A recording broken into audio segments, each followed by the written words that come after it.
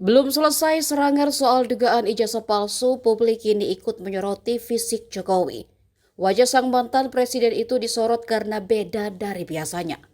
Sorotan itu awalnya datang dari Dr. Tifa, pihak yang juga getol menuding ijazah Jokowi palsu. Dr. Tifa juga satu dari terduga yang dilaporkan Jokowi ke Polda Metro Jaya.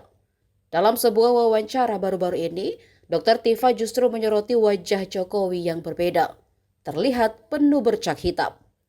Dr. Tifa kemudian menyinggung soal penyakit autoimun dalam cuitannya di media X. Wajah dan leher Jokowi tiba-tiba penuh melasma atau bercak hitam.